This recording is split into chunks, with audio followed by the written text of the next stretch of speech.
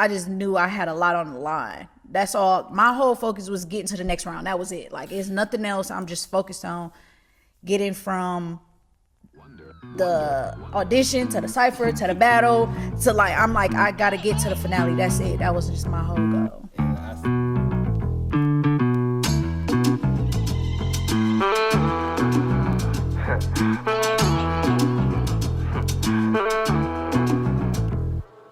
Primo, I just put my team on. I can finally justify having bling on. Ask my baby if I ever stop. All right, deep breath in.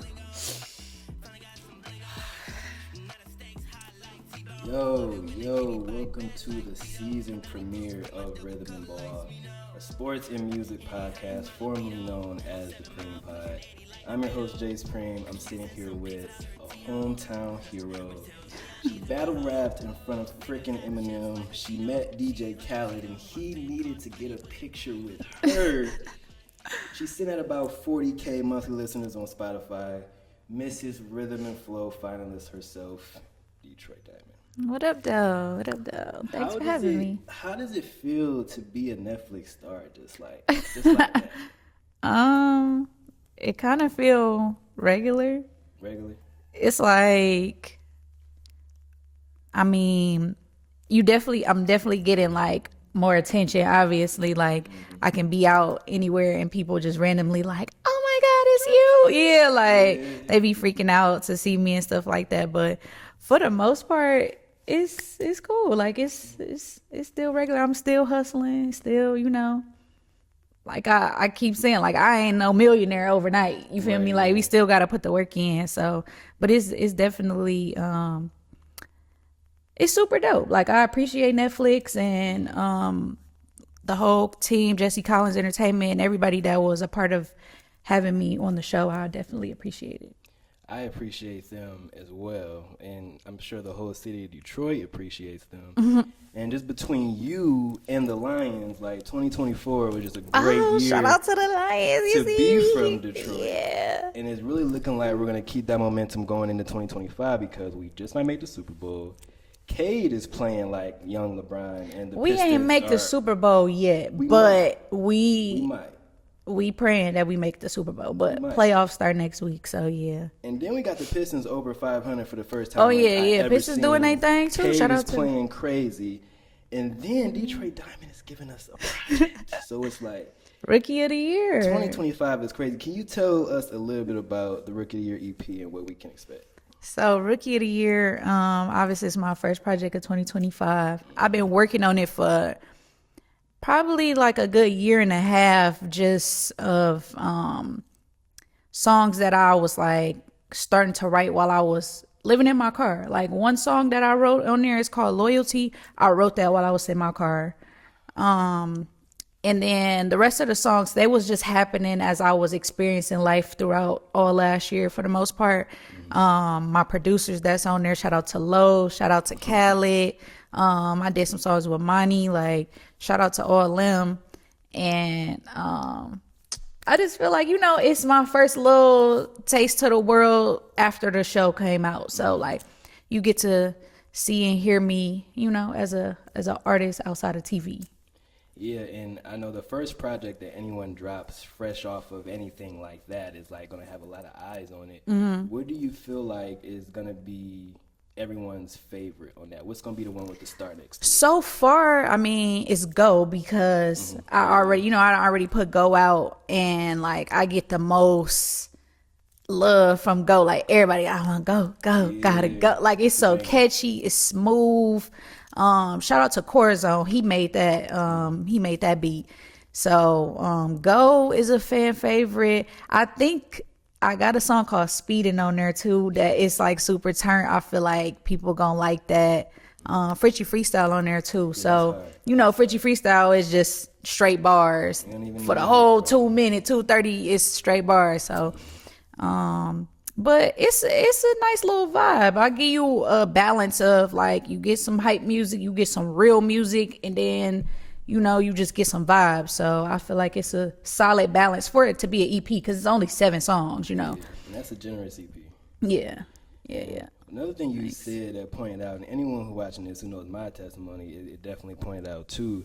You talked about writing music from your car. So it's funny that when we were supposed to shoot last time, I was like a month before living in my car, and then ended up living in my car for a while. Yeah. And it wasn't my first time, and just, you know, I'm a person who really understands how it feels to go from being in your car to not being in your car. No, and being facts. in bigger places. So talk to me about how, like, the journey between the car and being on the Netflix stage in front of Big Shine.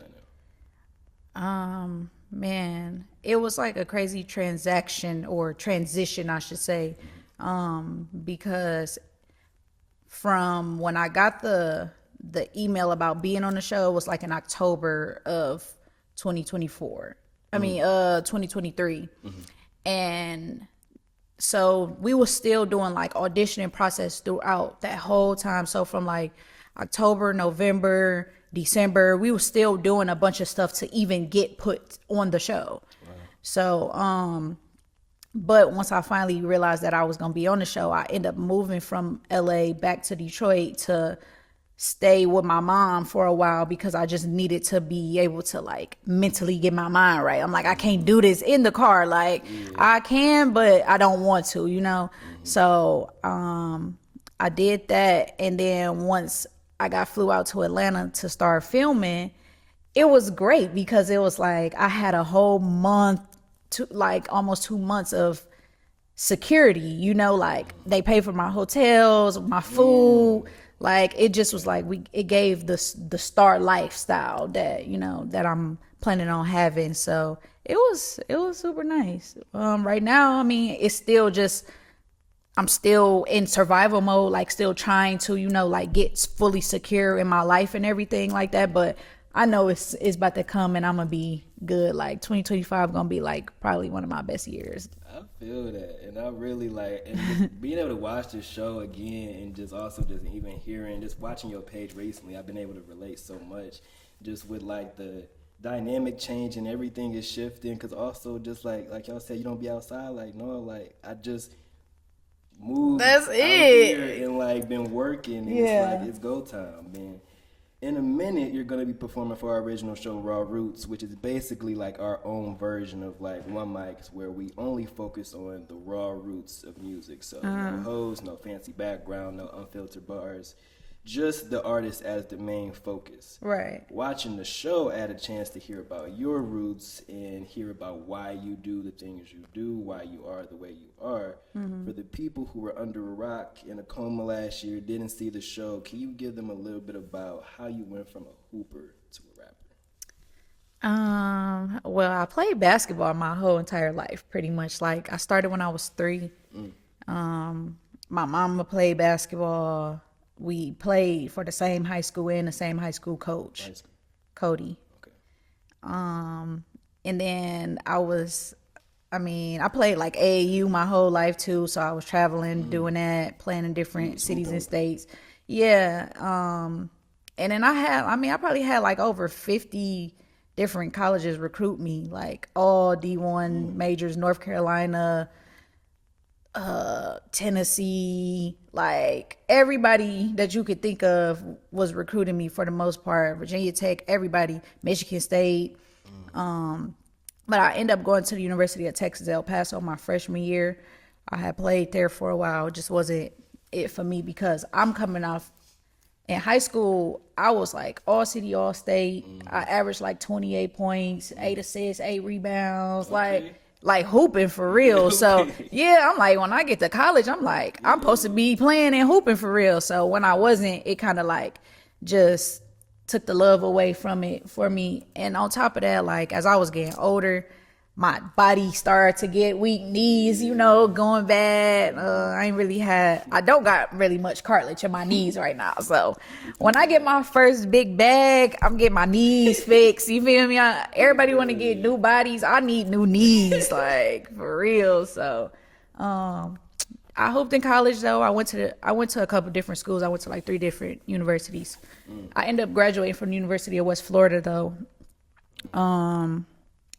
And my school before that, I played at University of Tampa. We had actually won a championship while I was there. So Yeah, that was pretty cool. And life was just happening, and been a star just for yeah, okay. little something, nothing too major. Hey, so why did you make the shift from hooping to music? Because my knees was getting real bad, and I was like, I can't really, do it too much longer, because I did like a bunch of tryouts to play overseas. I had played in Puerto Rico for a little while. I played semi-pro a little bit here with a team called the Detroit Dodgers.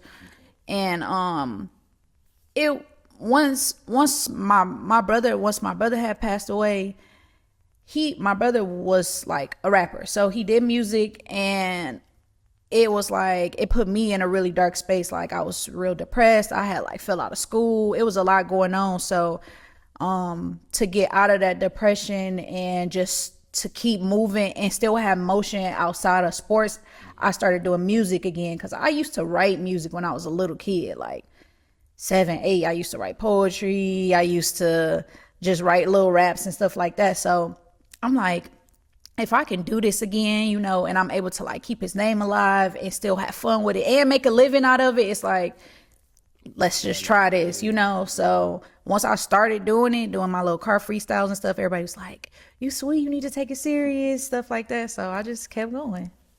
And so beyond your brother, who were some of like your early influences? 'Cause I hear a lot of battle rap, especially seeing this scene with you, I think versus Domo. It's crazy how I thought she was so dope to me, and then you just really like your polished when it comes to battle rap and show like you was ready. Like, who? What's so crazy? I ain't never battle rapped a day in my life, like never. Literally. I thought you was watching Calico and them. No, I watch like URL. I don't watch like Hitman Holla and all of them. I don't watch battles and stuff like that. I know what you supposed to do, but but I'm not a battle rapper, so that was definitely like a new thing for me. I just knew I had a lot on the line. That's all. My whole focus was getting to the next round. That was it. Like, it's nothing else. I'm just focused on getting from the audition to the cypher to the battle to I gotta get to the finale. That's it. That was just my whole goal. And so if it wasn't just pure talent and practice that I was looking at, it had to be hunger. So that's what that's mainly what it was. It was strictly hunger. Like, you could see it, like it was diaphragm. You could see it. You saw it.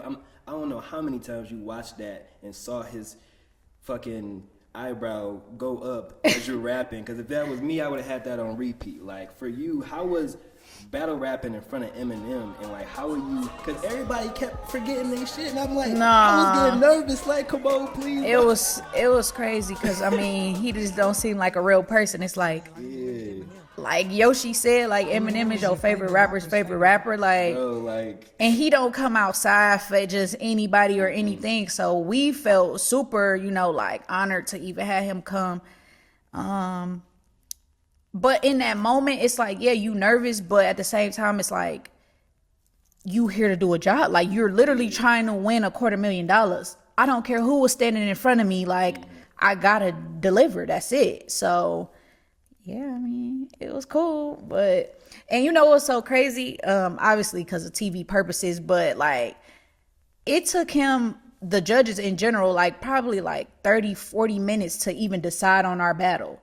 Like, we had the longest time where they was like trying to decide, because they was like, because they was just like, this is the hardest battle that, he literally said, this is the hardest battle I ever had to judge in my life. Like, and I was like, oh yeah, this deep. Like, coming from Eminem, this deep, so. It's crazy, because to me it was obvious. She was dope, and I loved her up until then, but it was like, you just battled. Like, it was like, fuck a song, fuck anything. Like, I'm about to kill you in the ring right now. Right. So props to you on that. Thank you.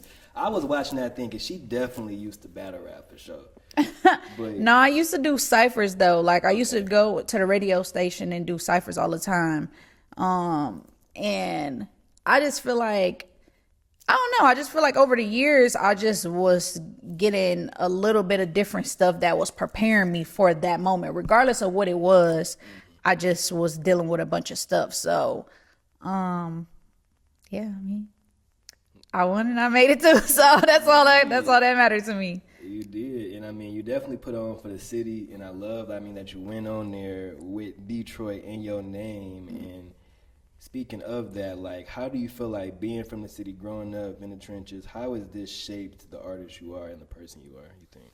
I mean, Detroit, just being from here, it just grooms hustle in you. Like everybody here, like people think like, yeah, everybody that's in LA. I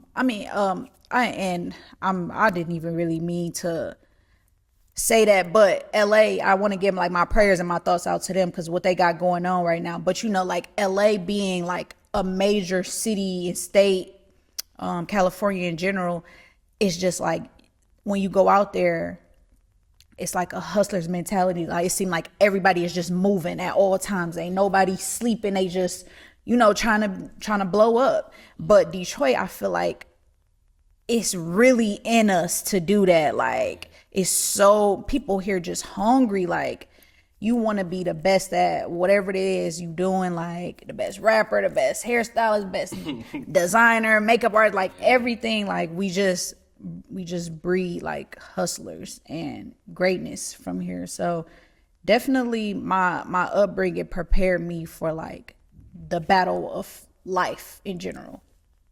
I can feel that, and yeah, I noticed that people here don't really have hobbies. We get good at something, then we make bread off of that. No, like, yeah, literally, like, just playing around. And the people who do it for a hobby, it's like y'all cool, but like y'all can't really be in my space for real because it's this so serious to me. Like it's real life, and it'd be cool to watch people that can just have a hobby and they just having fun with it and do it. But it's like, man, we trying to make a living off this. You feel me? Like we trying to take care of our people for real. No, facts. And yeah, I mean, you definitely, so I remember talking with Kyle and he was just telling me how, I think it was his name Kyle. He was telling Divine, me how, he was telling me how he like saw that you started making money off your music and things. He was like one of the that. first people that like I seen like making money off of like doing music, like getting paid to like come perform. Like she was the first person that I seen doing that stuff, and she was very like open. Like she was very like, like she was very authentic. Like bro, like you make good music, like you work hard, bro. I'm down to work, like you feel me. And then yeah, like that was really when I started to like take off. That's on you to disclose, but like how long have you like, or when did you start like actually being able to make money off your music, and how does it feel to be able to like make money off your name and things like that? He funny for saying that because yeah, I might have got booked for like a couple shows or people pay me for features and stuff like that. Like so when me and him even first met, like the first song me and him did, he paid me for the first feature that we did. But after I got to know him and like learn like about him and his artistry and everything that he was doing, I was like, bro, I'll never charge you again for nothing because it's like you him really, but it's cool and I don't get paid like nothing crazy. It ain't like I'm not making a living off of music right now. Like that's the goal, but that's not what's happening. So, and that's the main reason why with my project Rookie of the Year, I'm selling it like direct to consumer. I'm not doing it through streaming platforms first. So when I put it out January 21st, y'all, everybody that's watching this, January 21st, when y'all get the project, the link will be in my bio, right? It's this website. It's called Even. And y'all go on there and y'all can pay whatever y'all want to listen to it. Okay. Yeah. So like a rental shit. Yeah. Okay. That's literally the platform that he started doing that on. So you pay whatever just to support me, and then it actually comes to me. It's not going through streaming. I don't have to get 100 million streams to get $1. Right, okay. That's how it is. So I'm gonna do that for a little while, and then we'll put it on platforms at some point. I like that. I'm gonna have to try that. I forgot I didn't even know what the platform is called. So that's his platform. It's called Even. I don't know if it's he might be a partner with them, right. But dope. Yeah, it's called Even. Dope. So that's your so we gonna see how that go. I'm excited for you with that because I mean obviously the spotlight is on you. They looking to see what you're gonna do next.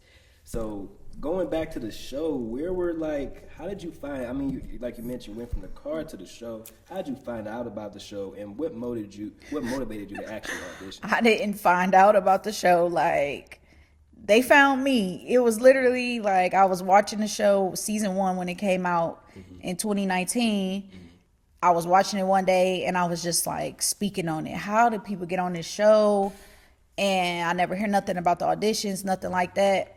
And a casting director just emailed me. Like I talked about it, he emailed me, and it happened. And it was like, I just thought it was fake because I'm like, there's no way that I'm talking about this and then somebody reached out to me. And that's why it's like, you never know who's like watching you, and you got to keep posting and like being consistent, because at that time, I didn't have no followers like that. I might have had like 1,000, 2,000 followers, something low, like, like not to just be gaining the attention of everybody. Right. But if they looking at certain markets and then they see like, oh, this is an artist that's like, I see them constantly posting and they doing it and I like their music, and they'll reach out. Like that's their job. The casting directors and managers, it's their job to find the talent in an area. So yeah, he hit me up. We got on the call. I did like some virtual auditions and stuff like that. But then the show didn't happen because COVID happened. So I've been waiting to get back on the show since 2020. Yeah. And you was just getting ready. Yeah, I was still, I was still going. And at some point, like, I thought it was gonna come back, but it was just like years kept going by. I'm like, but I was still, keeping in touch with everybody, reaching out like, hey, y'all bring that show back. Right, I'm ready. right. I'm always here. I'm ready, man. And yeah, they had hit me when I was standing in my car, and I got an email one day, and it was like, you getting this message, that means it's time. So. Or just congrats, big ups, congrats on that, because I know you. that was just life changing. And looking back at the show, what do you feel like is like the most memorable moment that we didn't get to see? That y'all didn't get to see. Dang, what was? I just feel like it was probably all of the moments where I was actually getting closer to the contestants. So sometimes after we would do a challenge, we would like link up in like each other rooms or in the lobby, and we would just talk about our real life, like, like what we had going on. So that's when a lot of us started to like develop a real friendship and a bond, because it was like, yeah, we all here trying to win some money, but it's still like deeper than this, like what everybody got going on in their life. And I'm just, I'm grateful for that opportunity to just meet those people, and still, we all still real cool and like brothers and sisters type shit. So yeah, them moments was like real valuable for me. Yeah, it was cool and funny seeing some tension on camera and then seeing like it just go away and then hug. Because it was times where I'm like, wait, what's going on? Talking about tension on camera, yeah. Dog, I thought maybe like the producers like telling people to have beef. Nothing. I'm like, bro, I would say absolutely 1,000% our show was not scripted at all. Nobody told nobody to do anything. It was just happening, and whatever they got is what they got. Like that's just how it was. Yeah, y'all cracked me up a few times. I ain't gonna lie. But what do you feel like are like the biggest lessons you learned being able to be in proximity with people like Ludacris, people like Lotto, people like Busta who came on the show? What type of lessons did you pick from their feedback and just being around them? Honestly, I just felt like I got to be judged by legends. Like that was just crazy to begin with. Like for them to actually be sitting in front of me listening to my music. Like this not me DMing them and like sending them a video or a freestyle like, hey, check me out. Like no, I'm like really in front of you. You hear me, you see me, you know who I am. That was just like super cool. And I just feel like everything that the majority of them said to me was like, it was great criticism, like constructive criticism that I got. It was times where energy needed to be a certain level, voice control needed to be a certain level. Overall, like everything that everybody told me, I took it, and now when I perform, I keep a lot of that in mind. Like, let me move this way or do stuff this way. Yeah, I know that's a hard process. And y'all, I'm ready to do my songs with everybody, so make sure y'all tap in with me. Everybody, all the judges, every guest judge. I need that. Me, Lotto, Glow, Remy, Big Sean, Khaled, Luda, every single person that was on that show, I need a feature, song, feature, all that. Please, I definitely need to see Big Sean and Lotto. But who was your favorite? I mean, I might have a guess. Who was your favorite special guest that they brought on there? My favorite, if you just had to absolutely choose. Well, my favorite was Big Sean because of the reaction that I feel like I couldn't have had a better audition with having him be the judge, the special judge. It was like Detroit took over Atlanta at that point. You feel me? So we had just a girl from Flint too. So I'm it like, we was just having a time. Like, it was real lit. And Big Sean did it for me for sure. Big Sean for sure. I really loved Remy's feedback too. Like, you could tell that she is a musical mind. No, like, for sure. She was, and she blunt. She's super hungry still. Like, to this day, like, honestly, I was like, if they could have had Remy come to the rap battle too, that would have been crazy. But for her, what she was even telling us in the cypher, she like, I know that this is a cypher and y'all working together as a team, but your goal is to be better than the next person that's in there. Cause she like, whenever I get on the track with anybody, I don't care who it is, Fat Joe, whoever, I'm trying to take their head off every time. So I'm like, okay, I fuck with her. Yeah, she gained a fan. Like, I've always heard this, but I loved her feedback. It was like on par with what I was thinking at times. So definitely fucked with Remy too. And just, how do you feel like it, like that competition, that it changed you now as a person? I just think it's gonna just make me more prepared. Like, because I always just talk about, I had to write and remember and perform a song in 24 hours. Yeah, that's crazy. Like, that's crazy. Real life. So, I should be able at any time, if anybody called me and say, hey, we coming in town, I need you to perform tomorrow, I need to be able to be ready. So that's what that has provided, which, I mean, that has happened a few times. Like, I've only had really short deadlines when it came to me performing. When I opened up for Cash Doll, when I performed with Lloyd, like, this stuff was like turnaround stuff, So I just feel like the show just definitely prepared me to be ready for anything at any moment. Yeah, I remember, like, watching it as an artist, I was thinking, like, me, it's like, I've been on stage, I'm like Lil Wayne, I write so much, so I've seen Lil Wayne have, like, a karaoke, like, screen at his concert, because he don't know his own damn lyrics. What? That's crazy. And I'm like, when you write so much, it happens, and I mean, like, for me, that would have been a hard thing, remembering stuff I just wrote yesterday, like, no, so definitely kudos to you on that. No, like, I was literally having to go to sleep with the music playing in my headphones. Like, I got a dream about this. Like, I need to, and even the next day when I would wake up, I was still, I'm rehearsing, but it would be so much going on, because you got to think, it's not like you just going to do the competition. You still have to film for TV. Yeah. So it ain't like, oh, I can just sit here for 12 to 16 hours and just try to remember the song. No, you still got to go eat. You got to shower. You got to go film for a couple hours. You got to, like, it's so much stuff. So, yeah, I feel like we all legends for doing that. Yeah, focus. I mean, y'all have to be real focused in your own little bubbles. And, I mean, you definitely did your thing on there. Thank you. Just, I mean, hearing about, humble beginnings and times in the car, like, were there times where you wanted to stop, give up, like, maybe I'm just going to head over to Chick-fil-A, put that application in? No, I did ass. Like, absolutely. It was a lot of times where I was just like,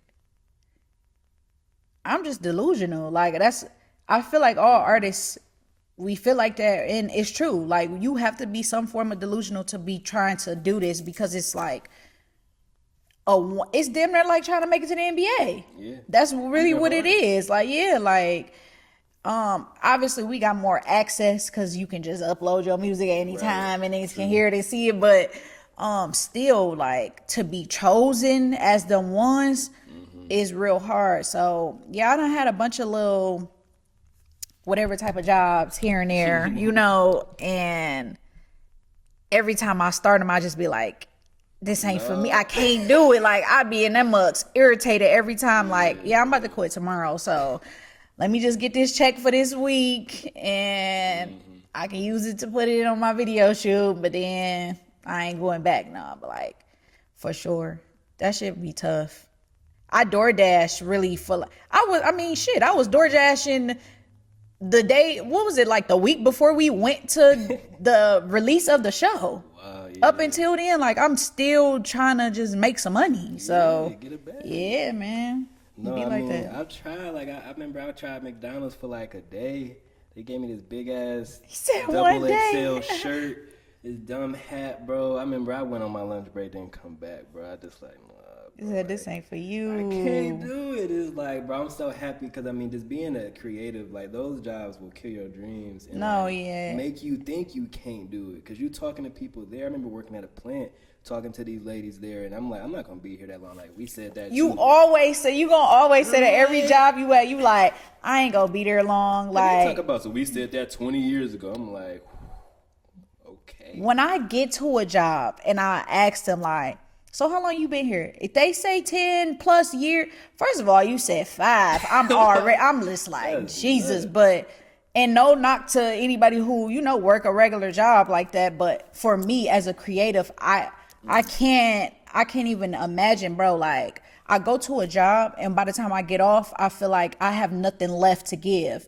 And a creative person, you can't do that to us. Like, we need freedom to be able to think of new stuff, create new stuff. Like, I'm not about to let nobody yell at me and tell me what to do. Like, I can't do none of that. Like, And I think the biggest thing with, like, regular 9-to-5s and creatives is that we usually, like, the way our brains think, we're really able to get in a system and identify where improvement can be made. And usually we're not allowed to do anything about that in those arenas. So I've always noticed that as well. But for you, having those times where you felt delusional, you feel like you were going to quit, what advice would you give to anybody else who's in those times right now?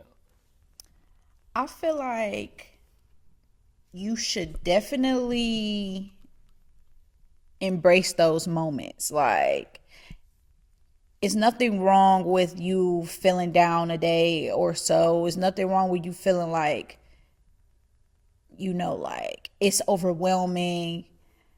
But the thing is to not quit. You can have them bad days, you can have them bad moments, but like, just don't stop, because I'm telling you, you don't even realize how close you could be. Before I even got that email to be on the show, like, I was struggling hard in life, like super bad, like, and I'm like, so what if I would have just quit like last week? What if I would have quit? And I'm like, yeah, I'm not rapping no more. I'm delete my pages and everything. Cause you know how many times I done always felt like I'm just about to delete the social media. Cause my job forces me to be active on social media. Right. I would prefer not to be on social media, you know, like, but they gotta see me. So just don't quit, y'all. Don't quit. Keep pushing. Keep posting, keep writing, or whatever your, you know, respective field is. Just keep putting out content and staying active, because somebody's seeing you. Like, I don't care if you got 1 view and 1 like that person could have been a millionaire that wanted to invest in you. Like, you just never know.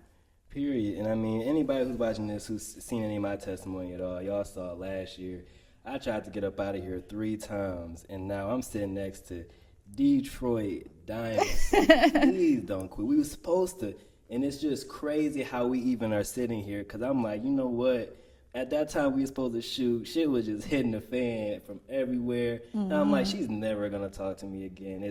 Then out of nowhere, hey, you want an interview? I'm like, please come on, come sit down and talk to me, because I'm like, I was fresh out the hospital when you hit me up. I'm like, for real? Yeah, I was in, like I said, I tried to get up out of here 3 times. So I was in the mental hospital. Oh, you said get up out. Yeah, Like, I tried to, for wow. YouTube so they don't take us down. Yeah. But no, 3 times last year I was like, yeah, it's not like God don't want you to. He don't want you to do that. hidden. Like he on the and he saved me like when I was really supposed to be up out of here. Like I woke up like wow. I don't even know how I got to the hospital the last time. So the last time was my last time, y'all. I'm here to stay. I'm so blessed. Please, so you're happy. Definitely a blessed soul, and I want you to keep doing this. Like super dope that you even have the balls. Let's say the balls because it's a sports platform.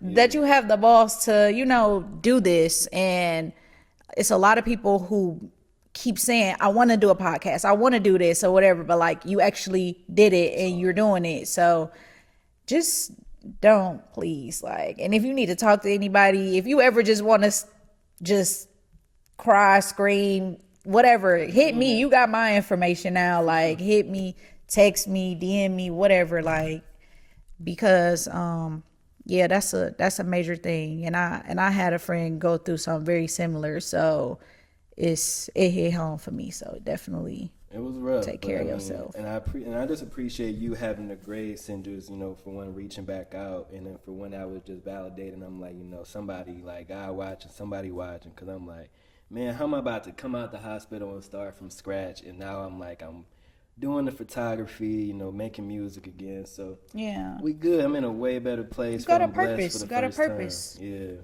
for sure. And before we do wrap up, though, I had a few like rapid fire questions to lighten the mood before we want to leave on a good note. Mm-hmm. First, I got top 5 Detroit artists dead or alive. Top 5, no order. No order. And can I put me in there? Of Okay. So me. You breathing, right? Yeah. Me, Blade Icewood, Big Sean. Put Big Sean in there. Gotta put Eminem in there because him. Like, and 5. Rapper. Damn. Who 5? Who a Detroit rapper I can add in? I'm just gonna add my boy Kyle Devine in there. I'm adding him in there. He my top 5. That's my gang. He going in everything I do. I don't care. Hell yeah. We gonna have to get her back too, man. Yeah. Next, I got you versus Kaylin Clark, 211, 1s and 2s. Who wins? What's the score? Ooh, me and my prime. I'm winning 211. I'm winning. I give her 9-11 in my prime. For sure. Yeah. We bodying her. What we doing with her? Nah, cause she probably strong. She probably way stronger than me. Honestly, I'm a shooter. Like, okay. I'm shifty, but I'm a shooter. So, yeah, I'll probably beat her 9-11. I ain't gonna lie. I feel it. And last one. Besides you, who is your favorite artist from your season of Rhythm and Flow? Besides me, my favorite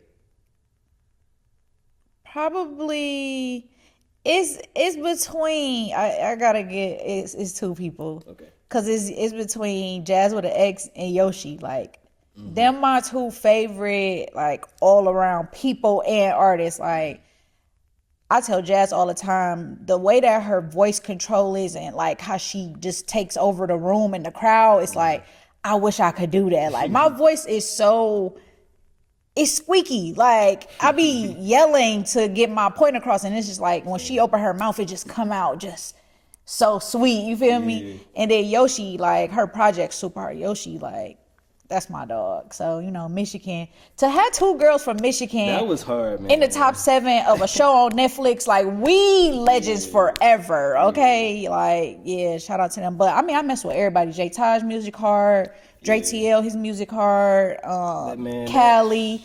We all got like bangers together. So yeah. Yeah, I can't remember the other girl that I liked name. She was in the battle, and she was one of the people who forgot her lyrics. She was wearing like bright orange all the time with bright. Oh, LG. LG, bro. Like, he's talking about like, bro. She was hard. I was sick. I wanted to see her in the finals with y'all, but yeah, bro, yeah. I fuck with LG and Dre TL for sure.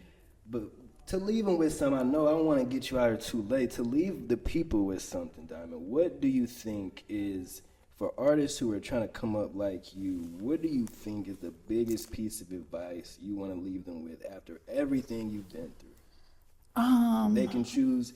They either chose the 500K or the dinner with Detroit Diamond, and they chose the dinner with Detroit Diamond. What do you tell them? Ooh, I'm gonna be like, y'all crazy as hell. Dead ass, y'all crazy as hell. No, like, I'ma just tell them. I mean, pretty much the same thing I said. Like, you just gotta remain consistent. I don't care what you're doing in life. Like, consistency is the key. Invest in yourself. Pour everything that you have. Like, I don't care if it's down to your last dollar. Like, put it into yourself. And don't get discouraged by people around you that might say, why you doing this? Or like, they be trying to like put they fears or, you know, them not having a dream of their own. They try to put it on you so that you can just be like, not shit like them. But don't let them people affect you. You know, like, I don't care how many times somebody done told me like, why you doing this like that? Or what, like, I don't care. This how I want to do it. I'm trying it this way. People gonna like it or they not. Like, just do your thing. Keep going. Don't give up. You know, if you the shit, act like you the shit. Feel like you the shit, be the shit. And that's it. And I think a prime example of that was JTL's last performance. Because I remember when they were showing it, he was talking to Hitmaker and them about having his mom calling it, and they was like, no, like, don't do that. That's not gonna work. And he did that shit. Yeah, that like, shit you hard. gotta do whatever you want to do. Like, it ain't about nobody else. I was about to say, can I ask you a question? What made you change your title to what it is? That's a good question. So my alias is Jay Supreme, and I wanted to name the podcast after myself. But after getting into marketing and learning SEO and things like that, I realized people aren't going to find my podcast on accident because don't nobody know who Preem nothing is. So I'm like, I wanted to brand it. Supreme. Exactly. So I wanted to brand it as something that people could find. So if you're looking for sports, music, you can find me without even trying type shit. So yeah, might revert back maybe when they know who Preem is, but for now I'm like rhythm and ball, you know. Okay. I'm like, you like rhythm and flow and rhythm and ball. And I'm like, they might say, I don't know. Have to, I mean, you know, if y'all need a pod. But look, if you blow up, I'm not gonna say if, when you blow up, and that, like, it's kind of like doing a sample. So if you use a sample on somebody's song and you ain't nobody yet, but if it get to them, that mean that song was really good and you're somebody. So let's pray that you blow up, and official Rhythm and then Flow they might podcast on the way. Okay, yeah. But oh my God, I definitely appreciate you sitting down. Any last words, anything for the audience before we sign off? Make sure y'all follow me on all social media at Detroit Diamond. In his bid, okay, no, in his bid ain't on there, but just follow me, Detroit Diamond. I got underscores before and after on social media. Rookie of the Year dropping 123. Link in my bio. Go get it. Turn me up. Pay what you want. Pay what you want. Yep. And make sure y'all follow and subscribe. My guy right here, he doing his thing. Follow Rhythm and Ball, and we gon' ball. We gon' ball. Thank you guys so much for tuning in to this amazing season premiere of Rhythm and Ball. And we out.